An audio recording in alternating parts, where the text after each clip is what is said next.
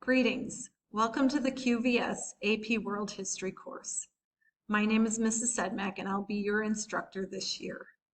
I would like to take the opportunity today to take you to the course page and show you around so that you can navigate it successfully this year. AP World History is a course designed by the College Board, and the goal of the course is to prepare you for the AP exam that will be given in the spring. In the AP course, there are 9 essential units, and within the context of QSI, the requirement for course units is 10. So with that being said, we'll do the 9 essential units and 1 selective unit this year. So let's go to the course page and get you familiar with what you need to do in the next few days in order to get started.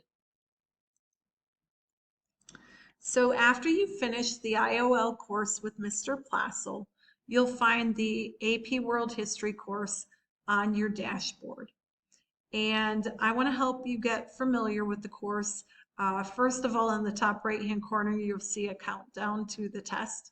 The AP exam is on May 10th in 2021, so we have 246 days to prepare you. There's the teacher block over here where you have contact information for me. You can contact me on email or Skype. Generally speaking, I'm available from 7 to 11 a.m. Monday through Friday. I'm currently living in Benin, which is a small country in West Africa. If you want to know the time, you can click there. On the first day of class, first I'd like you to introduce yourself, but get familiar with some of the resources that I have on the course page as well. One of the first things you want to look at is the syllabus for the course. The syllabus for the course can be found under these resources here. If you click on the syllabus, it basically outlines all of the different units, both essential and selective, and even the dates that those units will be engaged. So for example, the first essential unit is called Global Tapestry, and it will be open from September 7th through October 2nd. So go ahead and read through the syllabus. The next item is from the College Board. This is a description of the AP course. And then following through, this is the introductory activity that I would like you to do on the first day. So if you open this module right here, it's just a way for us to get to know each other, not only for me to get to know you, but also for you to get to know your classmates. So if you work through each of the tasks of the activity called What's in a Name, you'll kind of explore your own name. You'll explore last names, why countries are named the way they are, so on and so forth. And when you're done working through this module, you'll click here on the button below and add to the discussion topic with an introduction to yourself. So I'd like you to do that on the first day, and then we'll get to know each other that way. Another important thing that you need to do is to join my class on the AP College Board website. The link can be found here. So if you click on this, it'll take you to my AP. Hopefully you have a College Board account already. If you don't, you're going to have to go ahead and create that. And then once you do, you'll be able to join my AP World History class on the College Board website with the join code that you find here. I also have an attendance tab, but that's more for me. Whenever you log on the page, it kind of tracks how much time you spend so that I can make sure that you're following proper pacing. The next thing that I want you to do is open this tab called Selective Unit 5 AP World History Test Preparation. One of the things that we can do in order to best prepare you for the AP exam is to give you lots of practice with the types of questions that would be found on the AP exam. When you open this unit, you'll see the breakdown for the course, the different time periods that we will study. You'll see that there are 4 main time periods from 1200 to 1450, 1450 to 1750, 1750 to 1900, and finally 1900 to the present.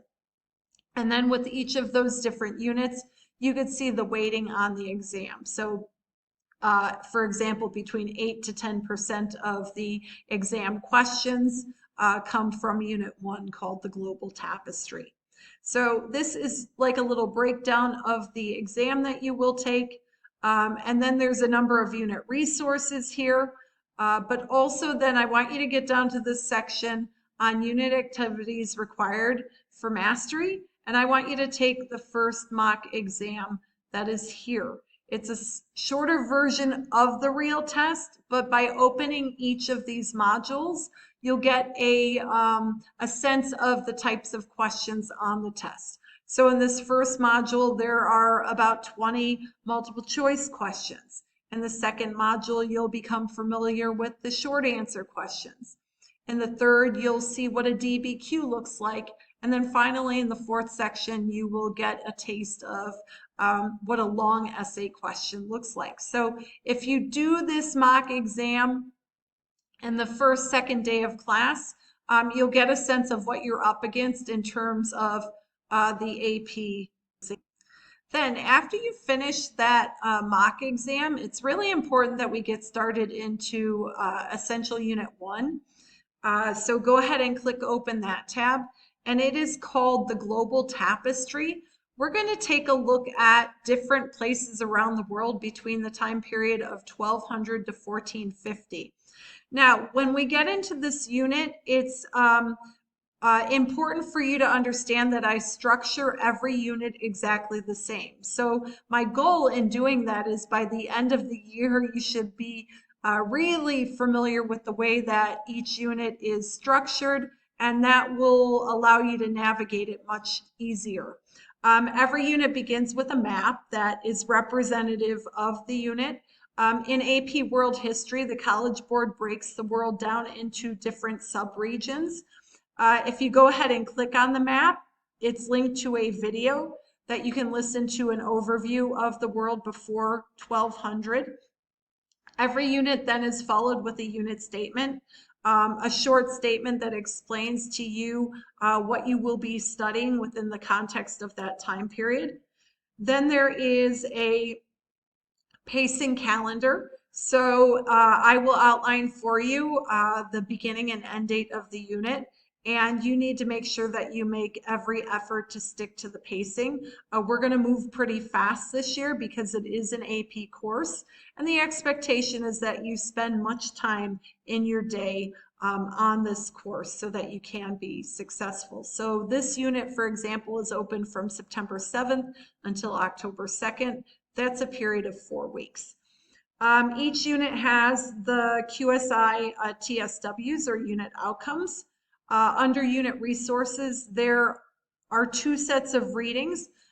We have the main textbook, which is called AMSCO, and a set of supplementary readings from a textbook called Ways of the World. Both of those textbooks can be downloaded, and I would encourage you to do so. Then I have note-taking templates for you to use when you're reading the chapters. So pay attention to when these different templates are due as we move from chapter to chapter throughout the course. There's some great websites that we'll use often for AP World History. The first one is called Freemanpedia. And then the other one is like the John Green of AP World History.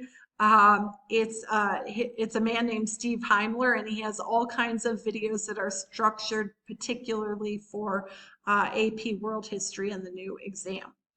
Following through, there's a section called Unit Activities, and then this is where I break down the course week by week. So I'm going to scroll through this fairly quickly, but then I'll come back to week 1. So there's week 1, 2, 3, and 4. And generally the last week of every unit has the essential unit test. So if you fall behind within the context of any of the previous units, you know you have a little bit of time in the last week of the unit because you really only need 1 day to take the test. So going back up to week 1, there's 2 regions of the world that we will investigate under week 1, and that's East Asia and the Islamic world. So both of these regions we will look at within the context of the period from 1200 to 1450.